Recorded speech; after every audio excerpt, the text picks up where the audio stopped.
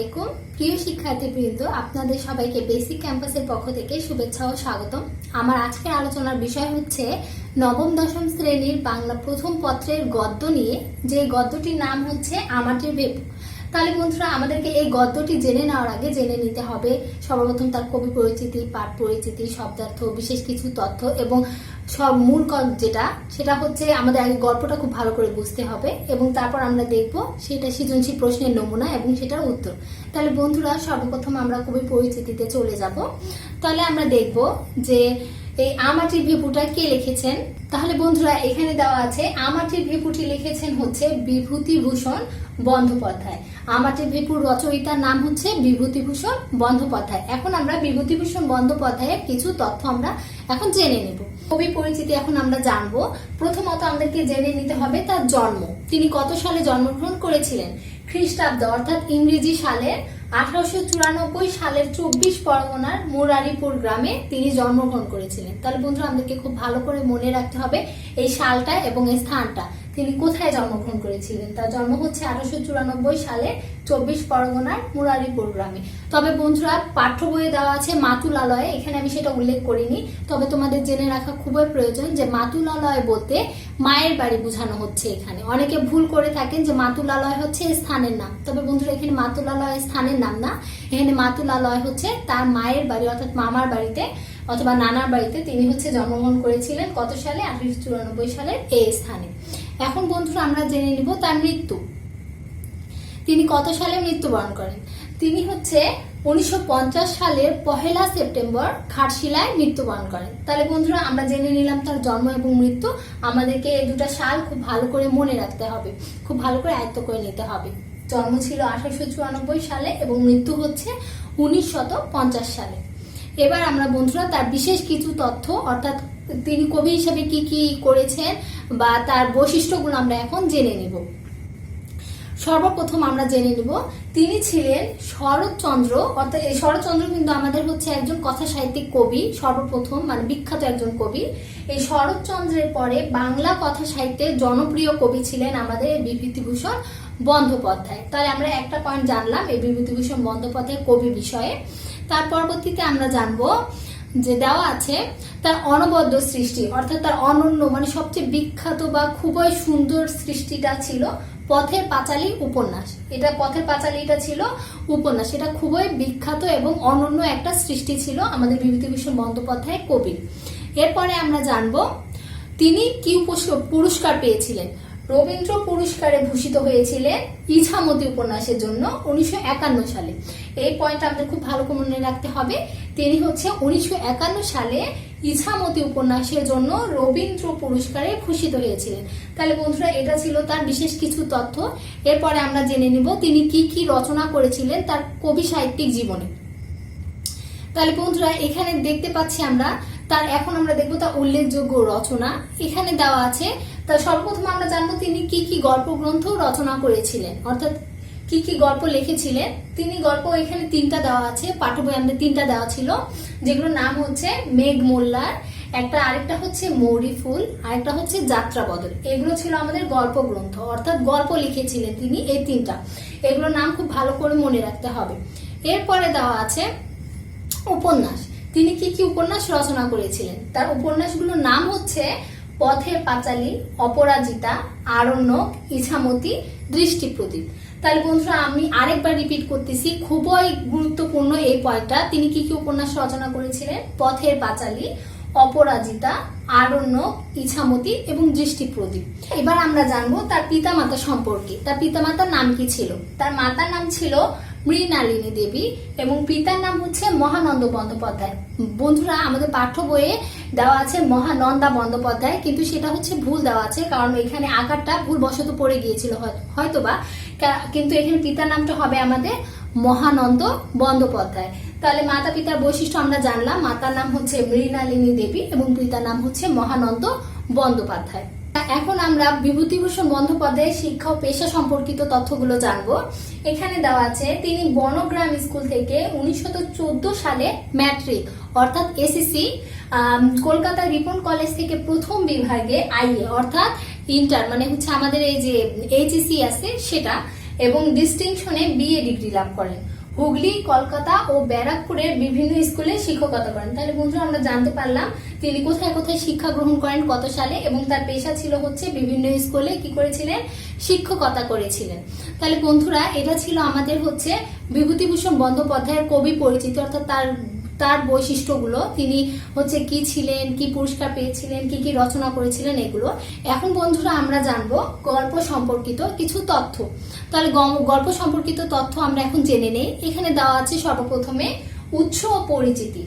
উৎস অর্থাৎ এখানে বলতে বোঝানো হয়েছে কোথায় থেকে আগত হয়েছে বা কবি কোথায় থেকে এই আমাটির ভেপুটা নামকরণ করা হয়েছে।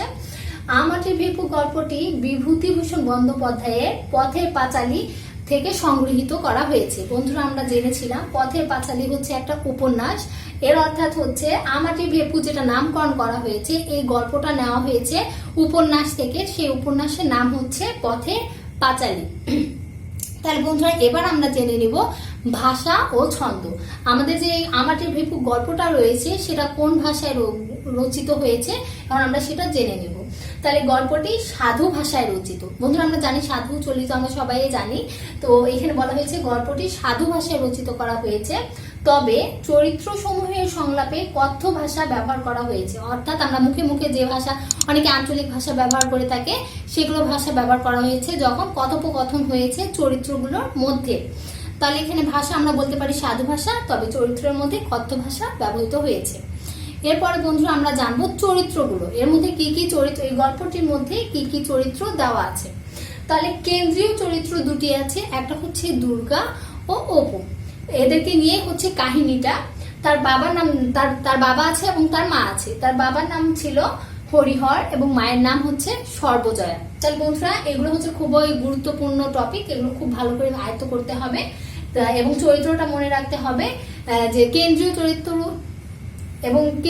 আমাদের খুব ভালো করে মনে রাখতে হবে, কেননা কেন্দ্রীয় চরিত্র হচ্ছে দুর্গা, অপু, এবং এদেরকে নিয়ে কাহিনীটা রচিত।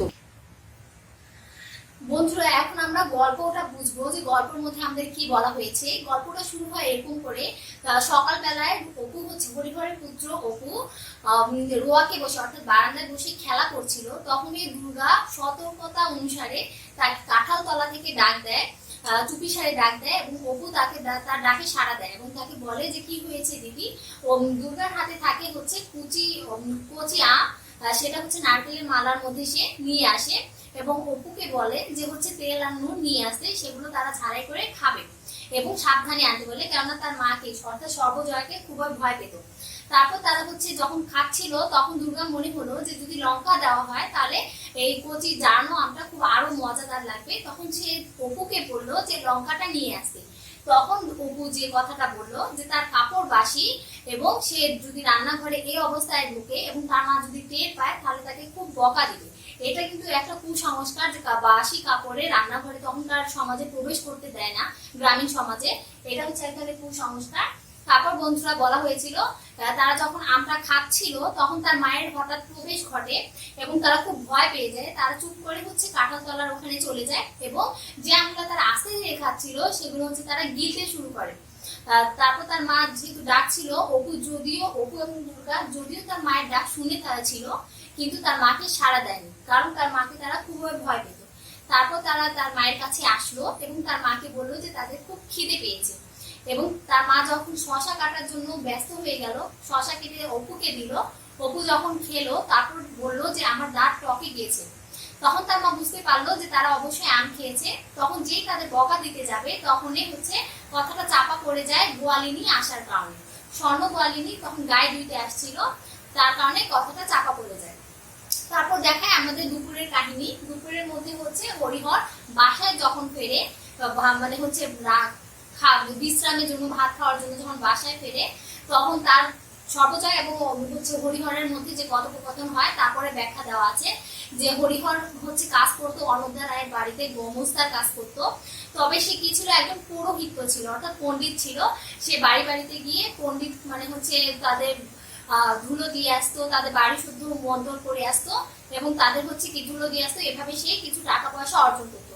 বলে রাখি বন্ধুরা, তারা ছিল হত দরিদ্র পরিবারে হচ্ছে জীবন কাটাতো দুর্গা অপু, কিন্তু দুর্গা আর অপুর মধ্যে সেই বৈশিষ্ট্য কখনো ফুটে ওঠেনি যে তারা দরিদ্র, তাদের শৈশবের মধ্যে সেই ছায়াটা কখনো পড়েনি। তবে সর্বজয়া আর হরিহরের মধ্যে সেই বৈশিষ্ট্য আমরা সবসময় লক্ষ্য করি যে দরিদ্রতার কারণে হচ্ছে তাদের কি মানে হচ্ছে খুব মানে বিপদ যাচ্ছে, তারা হচ্ছে টাকা পয়সা তাদের খুব অভাব, এটা আমরা খুবই লক্ষ্য করি। সেখানে বলা হয়েছিল যে হরিহর 10 ঘরের তাগদায় গিয়েছিলেন, সেখানে হচ্ছে একজন চাষি অর্থাৎ খুব টাকা পয়সা লোক, খুব টাকা পয়সা তার, সে হচ্ছে তাকে বলেছিল, হরিহরকে বলেছিল যে হচ্ছে সে তাকে চেনে এবং সে হচ্ছে বাড়ি শুদ্ধ মন্ত্র নিতে চায়, অর্থাৎ তার বাড়ি শুদ্ধ করার জন্য মানে বাসায় একটা পুজোর আয়োজন করতে চায় এবং তাকে পণ্ডিত হিসেবে ডাকতে চাচ্ছে এবং পায়ের ধুলো নিতে চাচ্ছে। তখন হচ্ছে হরিহর সহজে রাজি হয় না। সর্বজয়া অবাক হয়ে যায় যে কেন সে রাজি হলো না। সর্বজয়া হরিহরকে বলে তুমি কেন সহজে রাজি হলে না। তখন হরিহর বলে যে তারা হচ্ছে সদ্গব জাতের, অর্থাৎ তারা একটু নিচু জাতের ছিল, আর তার সর্বজয়ারা ছিল বামন জাতের, অর্থাৎ একটু উঁচু জাতের ছিল। তখনকার কিন্তু সম্প্রদায়ে জাত নিয়ে খুব ভেদাভেদ ছিল, তারা হচ্ছে উঁচু নিচু জাত খুব মানত, সেজন্য হরিহর রাজি হয়নি। পরক্ষণে হরিহর বলল যে তারা চাচ্ছে যে একজন তাদের গ্রামে একজন বামন হিসেবে কাউকে বাস করাইতে, তারা চাইলে জমি দিতে প্রস্তুত। তো সর্বজয়া খুশিতে আত্মহারা হয়ে গেল এবং বললো তুমি কেন সাথে সাথে রাজি হয়ে গেলে না। হরিহর তখন বললো যদি সাথে সাথে রাজি হয়ে যায় তাহলে আমাদের আত্মসম্মানের কথাটা লাগবে, তারা বুঝবে যে আমাদের অভাব রয়েছে এবং সেজন্য আমরা রাজি হয়ে যাচ্ছি, সেজন্য হরিহর রাজি হয় না। তারপর আমরা দেখতে পারি বন্ধুরা আবার দুর্গার প্রবেশ ঘটে। দুর্গা হচ্ছে চুপি সারে আবার ঘরের মধ্যে ঢুকতে চায়, কিন্তু যখন দেখে বাইরের গেট বন্ধ এবং সে রোয়াকে দাঁড়ায় থেকে অনেকক্ষণ, কিন্তু কড়া রোদ্রের তাপে তাকে পুড়িয়ে দিচ্ছিল, সেজন্য সে কি করে আবার কাঁঠাল তলার ভিতর দিয়ে জঙ্গলের ভিতর দিয়ে বাইরে চলে যায়। তাহলে এই চঞ্চলতার মধ্যে দিয়ে দুর্গা চঞ্চলতার মধ্যে দিয়ে কাহিনীটা এভাবে শেষ হয়। তাহলে বন্ধুরা এখানে ব্যাখ্যা থেকে, গল্পের ব্যাখ্যা থেকে আমি যেগুলো উপলব্ধি করতে পেরেছি সেখান থেকে আমি 3টা পয়েন্ট দিয়েছি যেগুলো হচ্ছে বুঝতে খুব সহায়তা করবে। সেগুলো হচ্ছে 1 নম্বর হচ্ছে গ্রামীণ প্রকৃতির মাঝে আনন্দ ঘন শৈশবের স্বরূপ। এখানে আনন্দ ঘন শৈশব, এখানে কাদের শৈশবের কথা বলা হয়েছে? এখানে অপু ও দুর্গার শৈশবের কথা বলা হয়েছে। তারা যে গ্রামের মধ্যে, গ্রামের প্রকৃতির মধ্যে কত আনন্দ ভাবে বেড়ে উঠছে, তাদের শৈশবটা কেমন সেটা প্রকাশ পেয়েছে এই গল্পটার মধ্যে। আর যেগুলো প্রকাশ পেয়েছে সেগুলো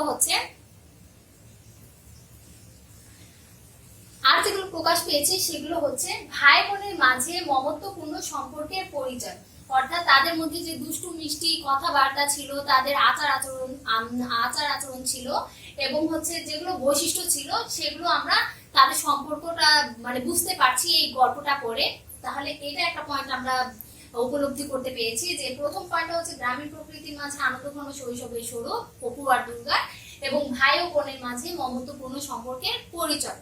এর পরের পয়েন্টে আমরা যেটা দেখতে পাচ্ছি সেটা হচ্ছে মাতৃত্বের শাশ্বত রূপের পরিচয় ও আত্মসম্মান বজায় রেখে দারিদ্রতা জয় করার প্রচেষ্টার স্বরূপ। বন্ধু আমরা এখানে দেখতেই পাচ্ছি যে সর্বজয়া হচ্ছে কিভাবে অপু আর দুর্গাকে শাসন করছিল একজন মা হিসেবে। তাহলে এদের আমরা ফুটে তুলতে পারি যে হচ্ছে মাতৃত্বের শাশ্বত রূপের পরিচয়, এবং এখানে যে বলা হয়েছে আত্মসম্মান বজায় রেখে দারিদ্রতা জয় করার প্রচেষ্টার স্বরূপ। এর অর্থ হচ্ছে যে আমরা যে পড়েছিলাম, আমরা জেনেছিলাম যে হরিহরকে একটা হচ্ছে উপদেশ দেওয়া হয়েছিল, অর্থাৎ কিছু বলা হয়েছিল যে হচ্ছে তারা যদি বামুন হিসাবে সদ্গব জাতের ওখানে বাস করতে চায় তাহলে জমি দিতে রাজি আছে, বাড়ি শুদ্ধ মন্ত্র নিতে চায়, এতে কিন্তু তাদের অনেক লাভ হইতো। তবে কিন্তু সর্বজয়া এখানে বলেছিল যে যাতে রাজি হয়ে যায়, কিন্তু হরিহর সহজে রাজি হয়নি। এর দ্বারা বোঝা যায় তাদের আত্মসম্মান বোধ রয়েছে, তারা যতই দরিদ্র হোক না কেন, যতই গরিব হোক না কেন, তাদের আত্মসম্মানটা কখনো হারানো যাবে না। এর অর্থাৎ এটা বোঝায় যে আত্মসম্মান বজায় রেখে তারা কিভাবে দরিদ্রতাকে জয় করবে সেটার প্রচেষ্টা। তাহলে বন্ধুরা গল্পটা ছিল এটা, এবং এই 3টা পয়েন্টের মাধ্যমে আমরা এই পুরো গল্পটা ব্যাখ্যা করতে সক্ষম হব। তাহলে বন্ধুরা এই 3টা পয়েন্ট খুব ভালো করে তোমরা মনে রাখতে পারলেই এই গল্পটা মনে রাখতে পারবে। এরপর বন্ধুরা আমরা জানবো পাঠ পরিচিতি। এই গল্পটা যে আমি ব্যাখ্যা দিয়েছি এই গল্পটার মধ্যে মূল কথা কি সেটা এখন আমরা জেনে নিব। পাঠ পরিচিতিতে দেওয়া আছে কি কি আমরা পেয়েছি সেগুলো এখন আমরা দেখব। গ্রামীণ জীবনে প্রকৃতি ঘনিষ্ঠ দুই ভাই বোনের আনন্দিত জীবনের আখ্যান নিয়ে গল্পটি রচিত। এখানে দুই ভাই বোন বলতে কাদেরকে বোঝানো হয়েছে বন্ধুরা? এখানে দুর্গা আর অপুর যে আমরা বৈশিষ্ট্যগুলো দেখেছি, কিভাবে তারা হচ্ছে কচি আম ঝালাই করে খায়, কিভাবে দুষ্টু মিষ্টি কথা মারামারি করে, এগুলো সব আমরা দেখতে পেয়েছি। এতে তাদের শৈশবের আনন্দিত জীবনের দিকটি ফুটে উঠেছে। এর পরের পয়েন্টটি হচ্ছে অপু ও দুর্গা হতদরিদ্র পরিবারের শিশু হওয়া সত্ত্বেও তাদের শৈশবের দারিদ্র্যের সেই কষ্ট প্রধান হয়ে ওঠেনি। আমি আগেই বলেছিলাম বন্ধুরা, তারা হতদরিদ্র অর্থাৎ খুবই গরিব ছিল তাদের পরিবারটা, কিন্তু এখানে অপু আর দুর্গা গরিব হওয়া সত্ত্বেও তাদের মাঝে সেই বৈশিষ্ট্য কখনো ফুটে ওঠেনি যে তারা গরিব, এবং তাদের আনন্দের সেই জীবনের মধ্যে কোনো প্রভাব ফেলেনি এই গরিবের বিষয়টি। এরপরে বন্ধুরা আমরা জানবো গ্রামীণ ফল ফলাদি খাওয়ার আনন্দ এবং বিচিত্র বিষয় নিয়ে তাদের বিস্ময় কৌতূহল গল্পটি মানুষের চিরায় শৈশবকে স্মরণ করিয়ে দেয়। বন্ধুরা এই গল্পটা পড়তে গেলে আমরাও কিন্তু আমাদের শৈশবটাকে কিছুটা হলেও মনে করতে আমাদের মনে করিয়ে দেয় আমাদের শৈশবটাকে। সেটাই বলা হয়েছে যে এখানে অপু দুর্গা যে ফল ফলাদি নিয়ে খাওয়া দাওয়া ছিল, মারামারি ছিল, তাদের বিভিন্ন বিষয় নিয়ে যে কৌতূহলতা ছিল, সেগুলো কিন্তু আমাদের শৈশবকে আমরাও ভাবার জন্য ব্যস্ত হয়ে যায় যে আমরা আমাদের শৈশবে কি করিয়েছিলাম। তাহলে বন্ধুরা এটা দ্বারা এটাই বোঝায় যে এই গল্পটি আমাদের কি চিরায় শৈশবকে স্মরণ করিয়ে দিতে সক্ষম। তারপর বন্ধুরা দেওয়া আছে দুর্গার চঞ্চলতার বৈশিষ্ট্যের স্ফুরণের মধ্যে দিয়ে শেষ হয় গল্পটি। গল্পটি শুরু হয় হচ্ছে অপু দিয়ে, অপুর খেলাধুলা দিয়ে, এবং শেষ হয় হচ্ছে দুর্গার চঞ্চলতার বৈশিষ্ট্যের মধ্য দিয়ে। তাহলে বন্ধুরা এটা ছিল আমাদের পাঠ পরিচিতি অর্থাৎ মূল বিষয় সেই গল্পে। এখন আমরা দেখে নিব এই গল্পের সৃজনশীল প্রশ্নের একটা নমুনা। আমরা দেখব এখন যে আমরা এটার উত্তর করতে পারি কিনা, আমরা গল্পটি বুঝলাম কিনা। এখানে দেওয়া আছে সেই মনে পড়ে জ্যৈষ্ঠের ঝড়ে রাত্রে নাহিক ঘুম, অতি ভোরে উঠি তাড়াতাড়ি ছুটি আম পোড়াবার ধূপ, সেই সুমধুর স্তব্ধ দুপুর পাঠশালা পলায়ন, ভাবিলাম হায় আর কি কোথায় ফিরে পাবো সে জীবন। এখানে কিন্তু শৈশবের কথা বলা হচ্ছে যে আম কুড়াতে যেত, তারপর হচ্ছে ঝড় আসতো যখন আম পড়তো, আম কুড়াতে যেত, তারপর দুপুরবেলা কি স্কুল থেকে অর্থাৎ বিদ্যালয় থেকে পালিয়ে যেত, এবং আক্ষেপ করতেছে যে হচ্ছে আর কি সে জীবন ফিরে পাবে কিনা, শৈশবটা কি আর ফিরে আসবে কিনা। তাহলে এখানে প্রশ্ন দেওয়া আছে ক নম্বরে, আমাটির ভেপু গল্পের উৎস কি? বন্ধুরা আমরা কিন্তু উৎস পরিচিতির মধ্যে পড়েছিলাম যে এটার উৎস কি। উত্তরের মধ্যে আমরা এখন দেখব পরবর্তীতে, তবে আগে আমরা প্রশ্নগুলো জেনে নেই। তাহলে দেওয়া আছে আমাটির ভেপু গল্পের উৎস কি। খ নম্বরে দেওয়া আছে আমার কাপড় যে বাসি, অপু এই কথাটি কেন বলেছিল ব্যাখ্যা করো। বন্ধুরা এই কথাটিও আমি বুঝিয়ে বলেছিলাম, তবে এই ব্যাখ্যাটা আমি হচ্ছে পরবর্তীতে দিচ্ছি, সেটা তোমরা দেখে নিবে। গ নম্বরে দেওয়া আছে উদ্দীপকটিতে আমাটির ভেপু গল্পের যে দিকটি ফুটে উঠেছে তা ব্যাখ্যা করো। বন্ধুরা আমি আগেই বলে দিয়েছি যে এখানে শৈশবের কথা বলা হয়েছে, তবে আমরা ব্যাখ্যাটা আরো দেখবো। ঘ নম্বরে দেওয়া হয়েছে উদ্দীপকটি আমাটির ভেপু গল্পের সমগ্রতাকে স্পর্শ করেছে, মূল্যায়ন করো। অর্থাৎ আমরা যে গল্পটা পড়েছি সেই গল্পের যেন সবটুকু বৈশিষ্ট্যই স্পর্শ করেছে কিনা এটা আমাদেরকে মূল্যায়ন করতে বলা হয়েছে। তাহলে বন্ধুরা এই ছিল আমাদের সৃজনশীল প্রশ্নের নমুনা। এখন আমরা সেটা উত্তর দেখে নিব। উত্তরের মধ্যে দেওয়া আছে ক নম্বরে ছিল আমাটির ভেপু কোথাকার উৎস, কোথা থেকে সংগৃহীত করা হয়েছে। তাহলে এই গল্পের উৎস হচ্ছে পথের পাঁচালী উপন্যাসটি। বন্ধুরা আমি প্রথমে যেহেতু বলেছিলাম সেই হিসাবে আমাটির ভেপু গল্পের উৎস হচ্ছে পথের পাঁচালী। খ নম্বরে অর্থাৎ অনুধাবন প্রশ্নের উত্তরে আমরা লিখব, দুটো প্যারা দিব, তবে প্রথম প্যারাটা আমি বুঝিয়ে দিচ্ছি, দ্বিতীয় প্যারাটা তোমরা নিজেরা ব্যাখ্যা করে লিখবে, তোমাদেরকে লিখতে হবে, সুন্দর করে উপস্থাপন করতে হবে। খ নম্বরে দেওয়া আছে বাসি কাপড়ে তেলের ভার ছুলে মায়ের হাতে পিটুনি খেতে হতে পারে, এই আশঙ্কায় অপু প্রশ্নোক্ত কথাটি বলে। বন্ধুরা আমি বলেছিলাম যে গ্রামীণ পরিবেশে বাসি কাপড় নিয়ে রান্নাঘরে প্রবেশ করা হচ্ছে এক ধরনের মনে করে, তারা খুবই খারাপ কথা মনে করে। তারা মনে করে যে হচ্ছে বাসি কাপড়ে রান্নাঘরে প্রবেশ করা যায় না, এটা এক ধরনের কুসংস্কার।